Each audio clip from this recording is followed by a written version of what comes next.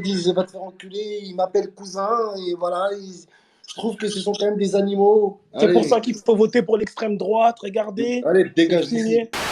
Et salam le monde, ça Kim pas possible, j'espère que vous allez bien. On se retrouve bien sûr pour pas une vidéo réaction, voilà, les réactions comme d'hab. Alors les gars, on est là pour réagir et surtout, voilà, revenir sur ce qui s'est passé cette nuit les gars, enfin, cette soirée, enfin bon bref, là je réagis juste après les gars. C'est bien sûr au space de Lacrim, donc le fameux Lacrim versus Twitter. Donc Lacrim, hein, pour entre guillemets, pour la promo de son projet, de son album Persona non grata. D'ailleurs, j'ai réagi à l'album, n'hésite pas à aller checker la vidéo. Lacrim a décidé de se confronter, voilà, au tweetos.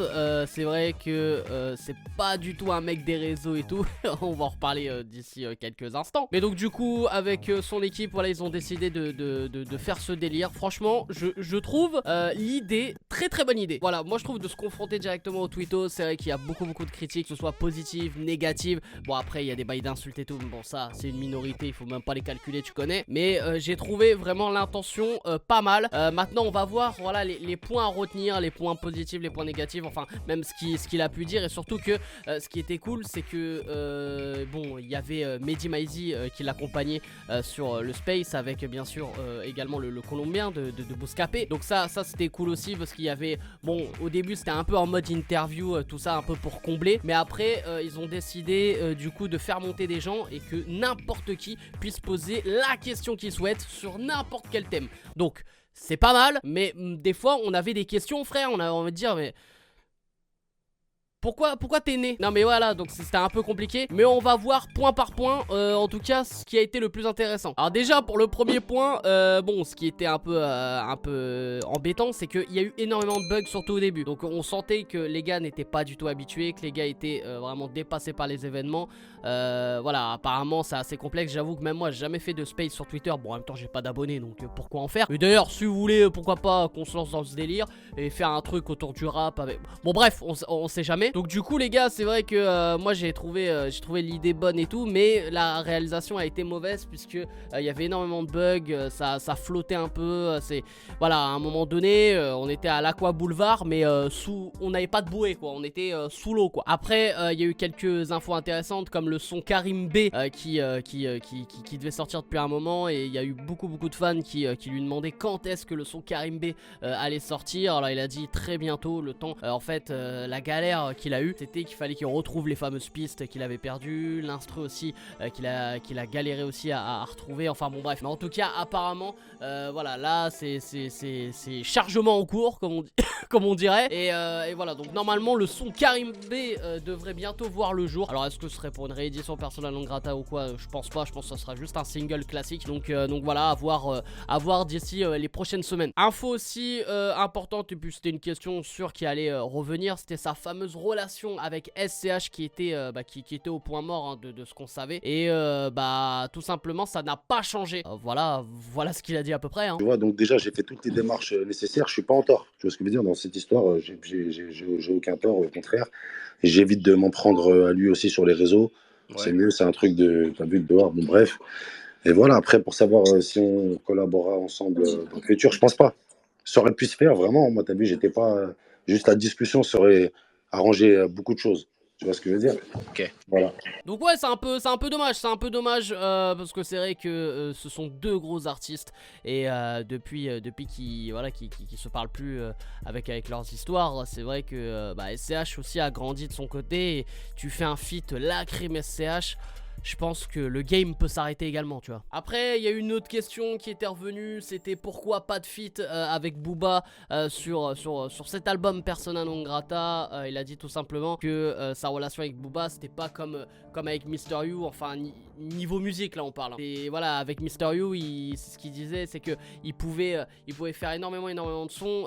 Il a dit parfois avec certains artistes, tu préfères rester sur un gros son, qu'on le rappelle, le fameux titre Oh Bah Oui, qui était vraiment un gros son.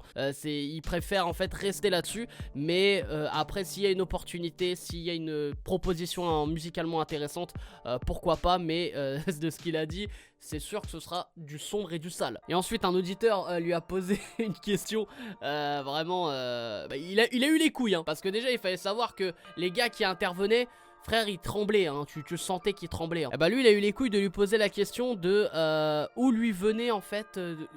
d'où lui venait cette idée d'avoir sorti cette punchline là un jour.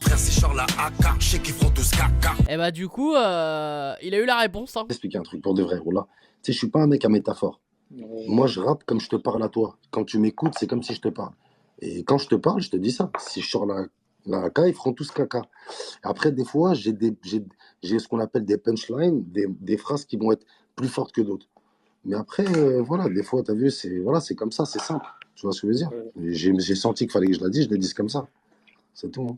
Après, il y a eu énormément de questions autour de d'autres artistes.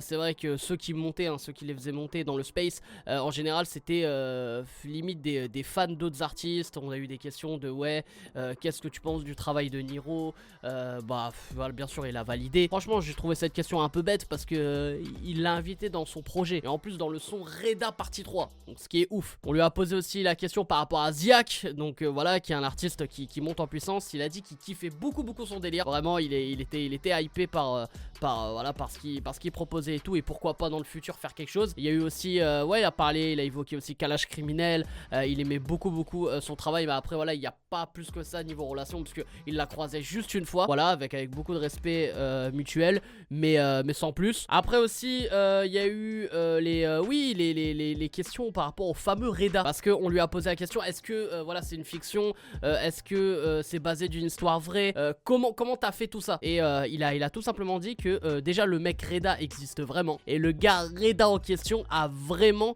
voilà, escroqué des gens et tout, et voilà, donc bah, d'où l'histoire. Et donc du coup il s'est inspiré vraiment d'un vrai gars qui existe. Donc le Reda existe vraiment, les gars. Donc c'est, alors franchement c'était une grosse info. Moi j'ai trouvé cette info ouf. Et même comment voilà, l'inspi lui est venu, c'est tout part en fait de la première prod, donc de Reda partie 1. Il sentait qu'il avait une histoire à raconter, et donc du coup c'est cette histoire qui lui est venue en premier. Donc voilà, grosse info. Et aussi il y a eu un moment super drôle. Bon, il y en a eu des moments drôles, hein, mais là il y a eu un moment très drôle. C'est que bah, dans le space on voit qui est présent. Donc c'est vrai que les premiers qui sont affichés, ce sont les comptes certifiés, donc en général des gens connus bien sûr. Et à un moment donné on voit un certain Julien Oudoul. Bon, Julien Oudoul, si tu sais pas, en fait c'est le mec du Front National qui a demandé un jour en fait de retirer le qu'est-ce que je raconte, le voile à une femme voilée, voilà, dans un établissement, je sais plus c'était lequel. Et du coup bon voilà, il y a eu tout un bad buzz autour de lui, normal.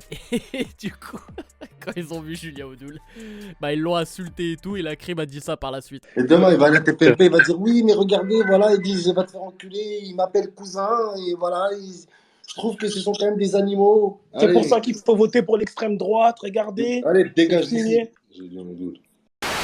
Du coup les gars, j'allais dire mon avis final, on dirait que je fais une réaction album. On va dire mon avis global, hein, sur cette soirée là. J'ai trouvé, comme j'ai dit un peu en intro, l'idée super bonne. Après ça a été mal réalisé parce qu'il y a eu pas mal de bugs.